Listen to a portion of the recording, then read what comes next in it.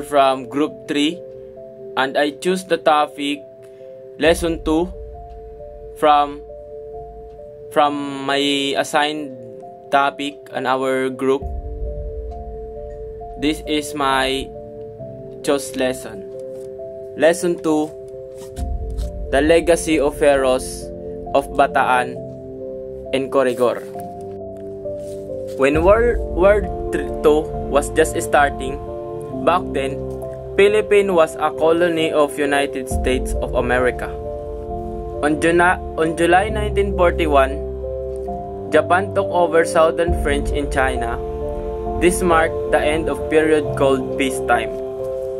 The U.S. responded sharply by freezing Japanese assets and ongoing to Japan. General MacArthur was placed in command of USAF, United States of America Army Force in the Far East.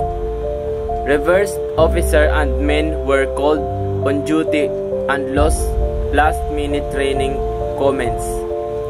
December 8, 1941, Philippines, Japan launched surprise attack on big U.S. naval base at Pearl Harbor. Within 6 hours, the Japan bombed Baguio and Davao without warning. The U.S. in the Philippines had been dragged into World War.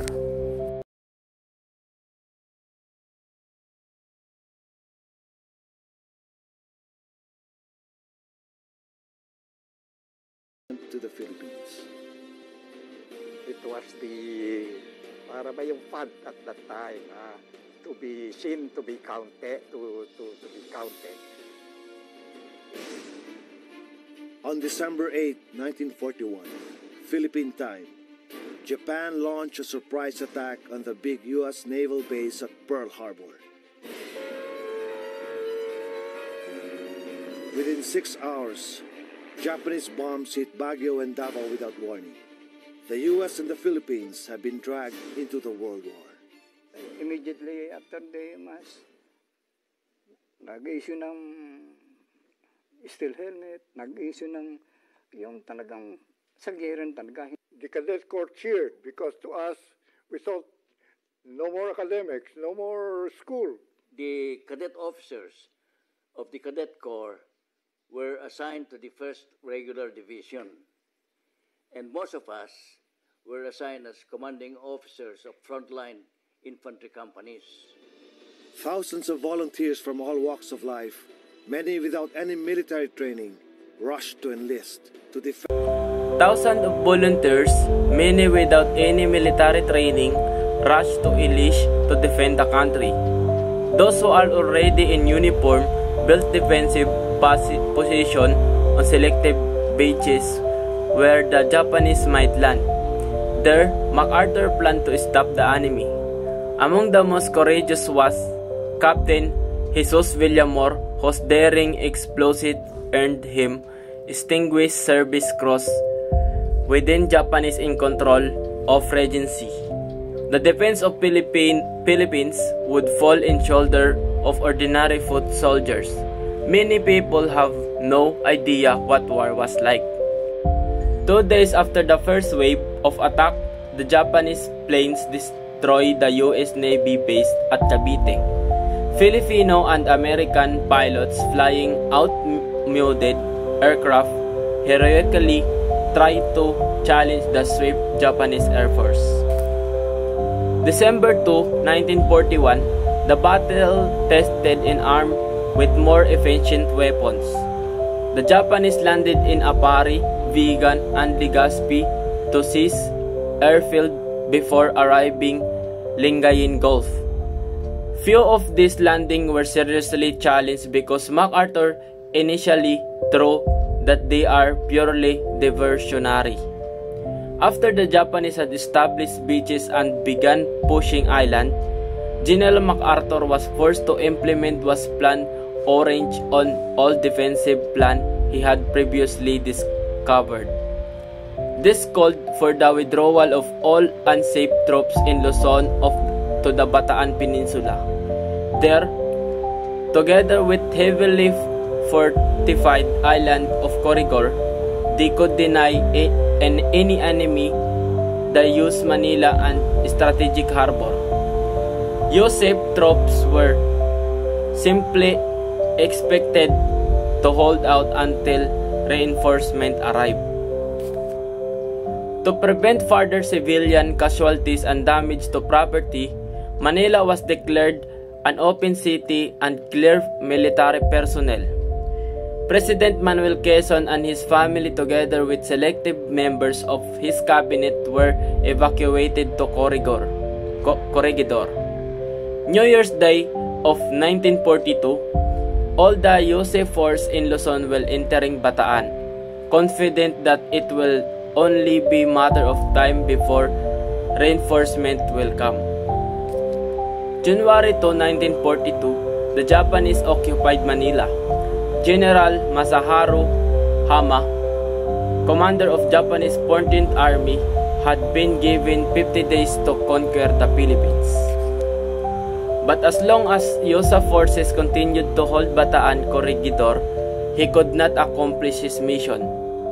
To buy time for an active defense on Bataan, the USA forces set up the lying lines of the main road leading to the peninsula. The unit managing these lands were tasked to stall Japanese advance. Richard Gordon, Lieutenant 31st Infantry Regiment, he had a Major Donovan, and he found a way to get rid of them. He circled the sugar cane field and set it on fire. The Japanese came out of there in a hurry, and it was sort of a duck shot at that point in time. Despite being tired of combat in a long withdrawal, the 21st Division in Pura and 71st Division of Layak, supported by Philippine Scots artillery batteries, slowed down the enemy war machine. Sergeant Jose Caluga, stationed at Layak Junction, a sergeant of Philippine Scots, sprang into action after one of his unit guns got hit by Japanese tanks. He ran forward in their enemy fire and mobilized 2 days Philippine Army there, then fighting back with a cannon. After a long withdrawal to Bataan, the defender now felt it was time to stand fast and face enemy squarely. The first main line. Defense in Bataan was stretched from Mauban 1st Corps to Abukay to 2nd Corps. The western was defended by 1st Corps, while eastern section was guarded by 2nd Corps. Among the 20,000 strong Filipino-American forces were 60,000 battle-hardened Japanese troops. Although outnumbered, the Japanese held upper hand because of superior arms and logistic and control over air and sea. The Japanese launched the main attack on the east side of Abukay line, but despite to repeated attempt, they failed to break the 41st Division commanded by General Lim. General Vicente Lim, commander of 41st Division of Abukay line and the first Filipino graduate of the West Point. Meanwhile, inside Manila Bay, a few boats of Philippines patrolled. Ramon A. Alcaraz, half an hour air-sea battle between 9 planes and 2 Q-boats, and we hit 3 of them. We shot down 3. However, the 1st Division and the other USAF units could not stop off Japanese break on the western side of Abukay line. Faced with the roadblock threatening to cut the USAF front lines, the Bataan defendants were forced to move back. Sir, tapos na po.